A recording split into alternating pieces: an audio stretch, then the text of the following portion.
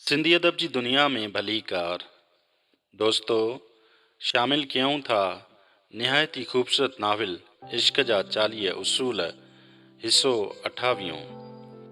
सुलेमान एक नशई कोन्या जून सन 1246 ईस्वी बे अख्तियार ऐं गिरजंदड़ पुॼाणीअ सां न विसरंदड़ जहिड़ी शाम मां अञा उन जे असर खां निकितो ई न हुअसि। अॼु राति में जेकी बि शयूं ॾिठियूं उन्हनि मां सभ खां शिरकाईंदड़ इख़्तिताम हो। समाउ खां पोइ अज़ीम खुसरो सानी उथी बीठो। संदसि अखियूं कमरे में चौधारी फ़ख़ुर सां फिरण लॻियूं। मुकमिल ख़ुशीअ वचां हू स्टेज वटि पहुतो ऐं ललकार सां खिलण खां पोइ हुन चयो, दरवेशो मुबारक हुजेव, मां तव्हांजे कम खां मुतासिर थियो आहियां। रोमीअ सुहिणे नमूने शुक्रियो अदा कयो ऐं स्टेज ते मौजूदु सभई मौसीक़ार गॾु उथी बीठा ऐं वज़ीर आला खे सलाम कयाऊं। संदसि चहिरो इत्मीनान सां चमकी रहियो हो।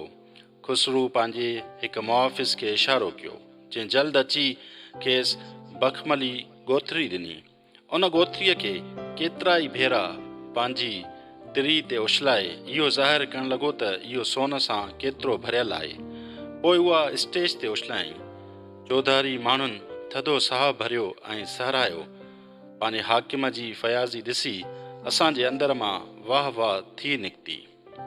ख़ुशी ऐं फ़ख़ुर मां मोकिलाईंदे पुठी ॾिनई, पर अञा दरवाज़े ॾांहुं हुन हिकु क़दम बि न खयो हो त जेका गोथरी हुन स्टेज ते उछलाई हुई सा वापसि मथसि उछलाई वई। सिक्का कंहिं नई कुंवार जे कंगणनि जियां खड़कंदे संदसि कदमनि हेठि पखिड़िजी विया। सभु एतिरो ओचितो थियो हो जो पूरे 1 मिंट ताईं असीं साख़्त ऐं परेशान बीठा रहियासीं।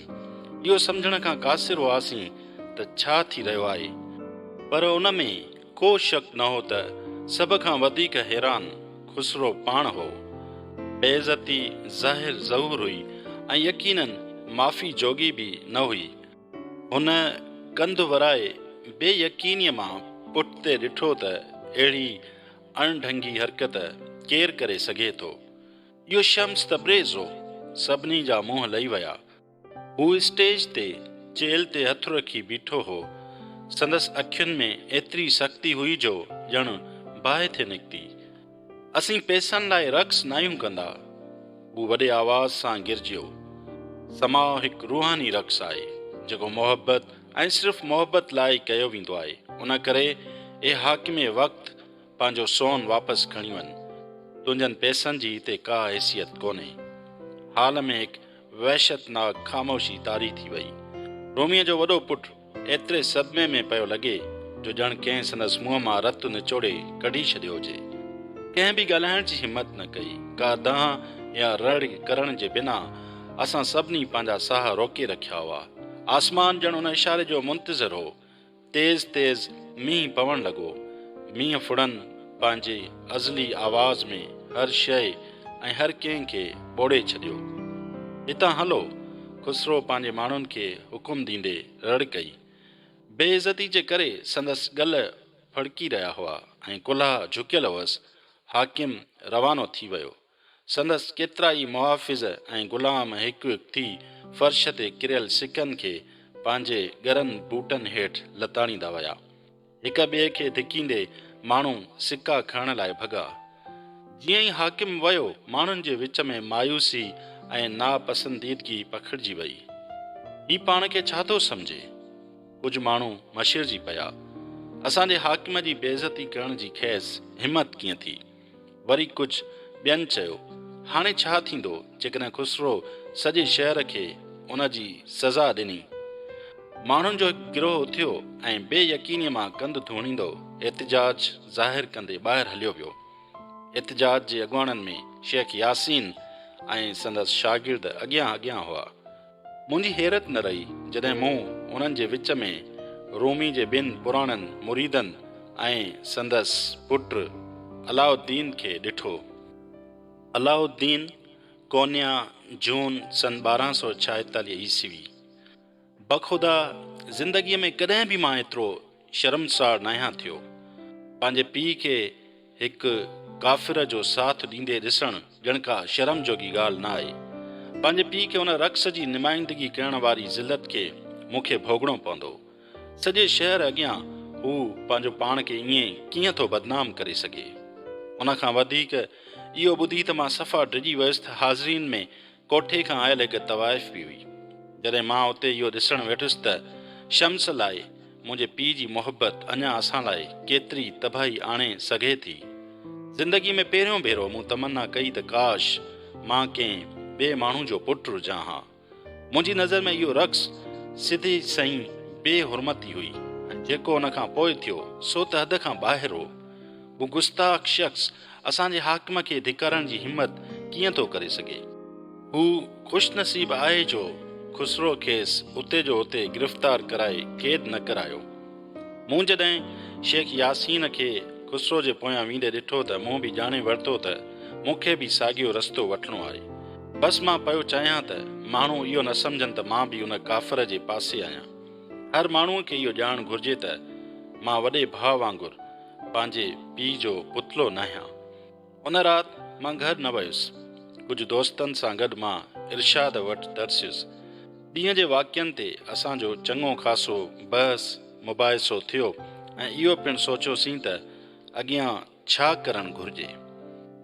उन शख़्स जो तमामु घणो असरु आहे तुंहिंजे पीउ ते। हाणे त उन तव्हांजे घर हिकु तवाइफ़ खे बि आंदो आहे। अलाउद्दीन तोखे पंहिंजे ख़ानदान जी इज़त बचाइणी पवंदी, इरशाद परेशानी ऐं सख़्तीअ मां चयो। अहिड़ियूं ॻाल्हियूं ॿुधी जॾहिं मां उतां उथियुसि त तोहीन वचां मुंहिंजो मुंहुं ॿरी रहियो हो। हिकु ॻाल्हि त साफ़ हुई, शम्स असां लाइ मुसीबतनि खां अलावा ॿियो कुझु बि न आंदो हो। इत्तिफ़ाक़ी राय सां असीं उन नतीजे ते पहुतासीं त शम्स खे कोन्या छॾिणो पवंदो, रज़ामंदी सां न त पोइ ज़बरदस्तीअ सां। ॿिए ॾींहुं मां पको इरादो करे घर आयुसि त शम्स तबरेज़ सां आम्हूं साम्हूं ॻाल्हाईंदुसि। उहे इहाते में ई मूंखे नई वॼाईंदे मिलियो। संदसि कंध हेठि अखियूं बंदि ऐं पुठीरो वेठो हो, पंहिंजी मौसीक़ीअ में पूरी तरह गरक। खेसि मुंहिंजी मौजूदगी जी ॼाण न हुई। मां पंहिंजे दुश्मन खे वेझे खां ॾिसणु ऐं सही तरह सुञाणण लाइ कंहिं कुए जियां तकिड़ो उन वटि पहुतुसि। काफ़ी देरि खां पोइ मौसीक़ी बंदि थी। शम्स आहिस्ते आहिस्ते कंधु मथे कयो ऐं मूं ॾांहुं ॾिसण खां बिना ईअं बुणकियो ॼणु पंहिंजो पाण सां ॻाल्हाईंदो हुजे। अस्सलाम अलैकुम अलाउद्दीन, छा तूं मूंखे ॻोल्हे रहियो हुहीं? संदसि दरवाज़नि जे आर पार निहारण वारी सलाहियत खे ॼाणंदे मूं का वरंदी न ॾिनी। मूंखे उन ॻाल्हि हैरान न कयो त खेसि मथे में पुठियां बि अखियूं आहिनि। त छा काल्ह समाउ में तोखे मज़ो आयो? उन मूं ॾांहुं मुंहुं कंदे पुछो। मां सम्झां थो इहो शर्मनाक हो।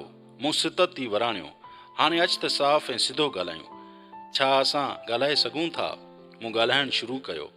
मां तोखे बिल्कुलु पसंदि नथो करियां, न ई कॾहिं कयो हो। हाणे मां तोखे पंहिंजे पीउ जी साख बर्बादु करणु न ॾींदुसि। न ई रखी शम्स जीअं ई ॻाल्हाइण लाइ उथियो त संदसि अखियुनि मां ॼण का चिंगारी ॿरी निकिती। छा तूं उन बाबति ॻाल्हाइणु चाहीं थो? जेकॾहिं रूमीअ जी शोहरत ख़तमु थी वई त माण्हू वधीक तोखे हिकु इज़तदार माण्हू जी निगाह सां न ॾिसंदा? छा तोखे इहा ॻाल्हि डिॼारे थी? पको पह कयो हुअमि त उन जी ॻाल्हियुनि में न ईंदुसि। उन करे संदसि दिलि जलाईंदड़ ॻाल्हि खे नज़र अंदाज़ कयुमि। तूं असांखे छॾे छो नथो वञी त जीअं असां सुकून सां रही सघूं? तुंहिंजे अचण खां अॻु असीं ॾाढा ख़ुशि हुआसीं, मूं रड़कंदे चयो। मुंहिंजो पीउ हिकु मोहतरम आलिम ऐं हिकु ख़ानदानी माण्हू आहे। तव्हां ॿिन्ही में का हिकु जहिड़ाई कोन्हे। संदसि ॻिची अॻियां निकिरी आई ऐं भिरूं तवजह सां ॿुधण जे करे ताणिजी विया। शम्स थधो साह खयों। ओचितो हू पोढ़ो ऐं क़ाबिले रहम महसूसु थियणु लॻो। मुंहिंजे दिमाग़ में हिकु ख़्यालु आयो त मां खेसि उते जो उते किराए सघां थो। ख़्यालु ॾाढो ख़ौफ़नाक ऐं बदख़्वाह हो, पोइ बि मूंखे वरगलाए रहियो हो। मूं पंहिंजूं अखियूं बंदि करे छॾियूं। जॾहिं मूं हुन ॾांहुं वरी घूरियो, मूं शम्स खे पाण ॾांहुं जाचींदे ॾिठो। संदसि नज़रूं हरीस ऐं रोशन हुयूं। छा हू मुंहिंजो दिमाग़ पढ़ी सघियो थे? हथनि खां पेरनि ताईं ॾकाईंदड़ अहसासु मूंखे घेरे वरितो। ईअं थी भायमि ॼण मूं में हज़ारे सुयूं टुंबियूं वयूं हुजनि। मुंहिंजूं टंगूं ॾकण लॻियूं। पंहिंजो ई बार नथी खणी सघियुसि। ज़रूरु इहो कारो जादू हूंदो। मूंखे को शक न हो त शम्स कारो जादू करण जो माहिर आहे। अलाउद्दीन, तूं मूंखां डिॼीं थो? तोखे ख़बर आहे त तूं मूंखे कंहिंजी यादि ॾियारीं पियो? हिकु ट्रेडो असिस्टेंट। कंहिंजी ॻाल्हि करे रहियो आहीं? मूं पुछो। इहा हिकु कहाणी आहे। छा तोखे कहाणियूं पसंदि आहिनि? मूं कुल्हा लोॾिया। मूं वटि उन्हनि लाइ को वक़्तु कोन्हे। शम्स जे चपनि ते शफ़क़त भरी मुर्क अची वई। जंहिं माण्हू वटि कहाणियूं ॿुधण जो वक़्तु न आहे, उन वटि ख़ुदा लाइ बि वक़्तु न हूंदो। छा तोखे ख़बर न आहे त ख़ुदा बहितरीन कहाणी ॿुधाईंदड़ आहे? उन चयो। ऐं मुंहिंजे चवण जो इंतज़ारु करण खां बिना हुन हीअ कहाणी ॿुधाई। हिकु कारीगर हो जंहिं वटि हिकु सख़्तु मिज़ाज असिस्टेंट हो जेको ट्रेडो हो। हू हमेशह ॿ शयूं ॾिसंदो हो। हिकु ॾींहुं कारीगर खेसि गोदाम मां माखीअ जी बरनी आणण लाइ चयो। असिस्टेंट सखणे हथे वापसि आयो। पर उस्ताद, हिते त माखी जूं 2 बरनियूं आहिनि। तव्हां कहिड़ी आणण लाइ पिया चओ? हुन पुछो। पंहिंजे असिस्टेंट खे चङी नमूने ॼाणंदे उस्ताद चयुसि, तूं हिकिड़ी बरनी टोड़े मूं ॾांहुं ॿी छो नथो खणी अचें? अफ़सोस जो असिस्टेंट अधु मग़ज़ियो हो ऐं मालिक जी ॻाल्हि पुठियां लिकियल कुझु न परोड़े सघियो। हुन ईअं ई कयो जीअं चयो वियुसि। हिन हिकु बरनी भॻी ऐं ॿी बरनी बि भॻल ॾिसी ॾाढो हैरान थियो। तूं मूंखे छा थो ॿुधाइणु चाहीं? मूं पुछो। शम्स जे अॻियां पंहिंजी कावड़ ॾेखारणु ग़लति हो, पर मां रोके न सघियुसि। तूं ऐं तुंहिंजूं कहाणियूं लानत आहे। छा तूं कॾहिं सिधो ॻाल्हाए नाहे सघंदो? पर इहा त सफ़ा सिधी ॻाल्हि आहे अलाउद्दीन। मां तोखे ॿुधायां पियो त ट्रेडी अखि वारे असिस्टेंट वांगुरु तूं बि हर जॻह ते ॿिटियूं शयूं ॾिसें थो। तुंहिंजो पीउ ऐं मां हिकु आहियूं। जेकॾहिं तूं मूंखे टोड़ियो त तूं पंहिंजे पीउ खे पिणु टोड़ींदे। तो में ऐं मुंहिंजे पीउ में कुझु बि हिकु जहिड़ो कोन्हे। मूं जवाबी वार कयो। जेकॾहिं मूं ॿी बरनी भॻी त मां पहिरीं बरनी खे आज़ादु कंदुसि। मां कावड़ में नाराज़गी सां एतिरो भरियल हुउसि जो पंहिंजे लफ़्ज़नि खे न जाचियुमि। न उन वक़्तु, न ई बाद में, न ई तॾहिं जॾहिं घणी देरि थी वई। शम्स, कोन्या, जून सन 1246 ईस्वी। बददिमाग़ माण्हू चवंदा आहिनि त रक़्स बेहुरमती आहे। इहे सम्झनि था ख़ुदा असांजे आवाज़ ऐं साज़नि मां मौसीक़ी पैदा कई आहे ऐं पोइ हू असांखे इहा ॿुधण खां मना करे थो। ज़िंदगीअ जे हर रुख हेठि मौसीक़ी रखियलु आहे। छा इहे नथा ॾिसनि त सारी फितरत सुर विखेरे थी? काइनात जी हर शइ रिदम सां हले थी। दिलि जी धड़कन, पखी जे परनि जी फड़फड़ाहट, तूफ़ानी राति में हवा जो ज़ोर, लोहार जो लोहो कटणु, नाड़े अंदरि ॿार जी हरकत, हर शइ दिलो जान सां ऐं ख़ुदि ब ख़ुदि काइनात जे शानदार तराने में पंहिंजो हिस्सो पेश करे थी। फिरंदड़ दरवेशनि जो समाउ बि उन दाइमी सिलसिले जी कड़ी आहे। जीअं समुंड जो हिकु क़तरो पंहिंजो पाण में पूरे समुंड खे समाए थो, तीअं ई रक़्स निज़ाम काइनात जे गुझनि जो ज़ाहिर ऐं बातिन ॿई आहे। समाउ खां कुझु कलाक अॻु रोमी ऐं मां हिकु सांतीके कमरे में मुराक़बो करणु वेठासीं। 6 दरवेश जेके रक़्स में हिसो वठण वारा हुआ, उहे बि अची असां सां शरीक थिया। असां गॾिजी वुज़ू कयोसीं ऐं निमाज़ पढ़ी। पोइ असां पंहिंजो लिबास पहिरियो। उन खां अॻु असां तफ़सील सां ॻाल्हायो हो त समाउ में कहिड़ो लिबास हुअणु घुरिजे ऐं पोइ असां सादो कपिड़ो ऐं ज़मीन जो रंग चूंडियोसीं। माखी रंगो जंहिं कुतबे खे ज़ाहिर थी कयो। डिघो अछो घाघरो, कफ़न ऐं कारी चादर क़बर जी निशानी तौरु पहिरें असांजो रक़्स उन ॻाल्हि जी निशानदेही थो करे त झूर चमड़े जियां कीअं न सूफ़ी पंहिंजी सॼी ख़ुदी खे पाण मां कढी छॾे थो। स्टेज ते वञण खां पहिरीं रोमीअ हिकु बैत पढ़ियो। सालिक पंहिंजे 5 ई हवासनि मां निकिरी चुको आहे। सालिक फ़हम अदराक जे दाइरे खां ॿाहिरि वञी चुको ऐं इहो ॿुधाए थो त छहनि ई तरफ़नि खां मथां छा आहे ऐं छहनि तरफ़नि खां इहा ॼाण ॾिए थो त उन्हनि खां मथां छा आहे। अहिड़नि ई अहसासनि सां असीं समाउ लाइ तयारु हुआसीं। पहिरीं नई जो आवाज़ु आयो ऐं पोइ रोमीअ समाउ पेश करण वारी कुवत सां स्टेज ते वियो। हिकु हिकु थी दरवेश बि संदसि पोयां विया। हया वचां संदन कंध झुकियल हुआ। आख़िर में शेख खे ज़ाहिर थियणो हुयो। जीअं त मूं उन राय खे रद्द कयो हो, पर रोमी मूंखे समाउ करण लाइ ज़ोर भरियो। हाफ़िज़ क़ुरान ख़ुशहानी सां आयत पढ़ी, यकीनन ज़मीन ते इंसाननि लाइ पधरियूं निशानियूं आहिनि ऐं तव्हां में बि, छा तव्हीं नथा ॾिसो? पोइ नईअ जी दिलि चीरींदड़ रबाब ऐं नई जी आवाज़ सां गॾु कुदम शुरू थी। बांसरी जी सदा जेका दास्तान ॿुधाए थी, तंहिंखे ॿुधो। हूअ विछोड़े खे कीअं थी ॻाए। जॾहिं खां मूंखे धुड़ खां कटियो वियो आहे, मुंहिंजी दांह मर्द तोड़े औरत खे रुआड़े थी। पंहिंजो पाण खे ख़ुदा जे हवाले कंदे पहिरीं दरवेशनि फिरणु शुरू कयो। संदन झोल होरियां होरियां पंहिंजी हिकु अलॻि ज़िंदगीअ सां फिरणु लॻा। असां गॾिजी तेसीं ताईं फिरणु लॻासीं जेसीं ताईं असांजे गिर्द वहदत खां सवाइ कुझु न रहियो।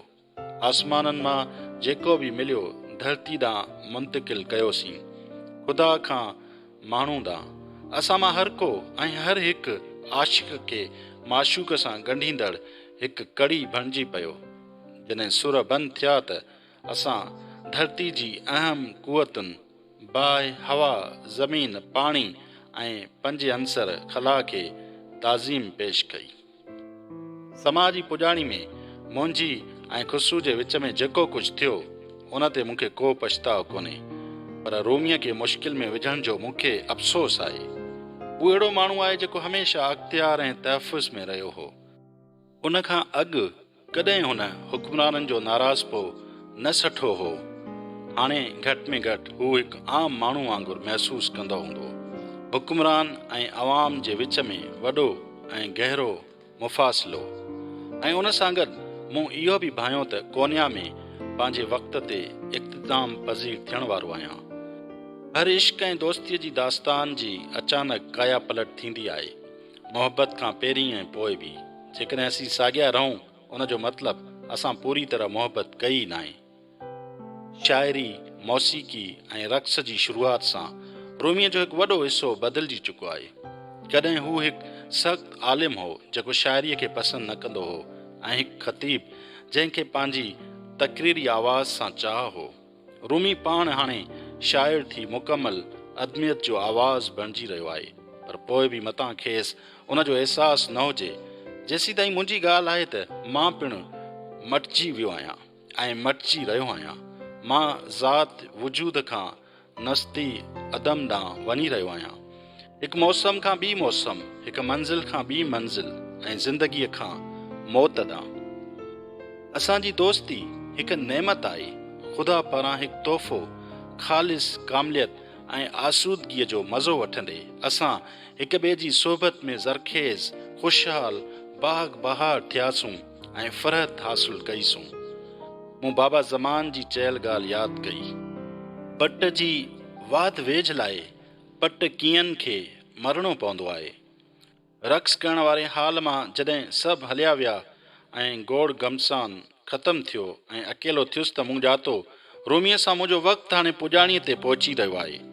पंहिंजे उन साथ जे ज़रिए रोमी ऐं मूं हिकु गैर मामूली हुस्न जो मुशाहिदो माणियो ऐं इहो बि सिखियो त हिक ॿिए में नज़र ईंदड़ अणखुट अक्स ज़रिए लामहदूदियत सां कीअं थो मिली सघिजे। पर हिकु क़दीम चवणी पिणु लागू थिए थी, जिते मोहबत हूंदी आहे उते दर्दे क़ल्ब लाज़िम हूंदो आहे।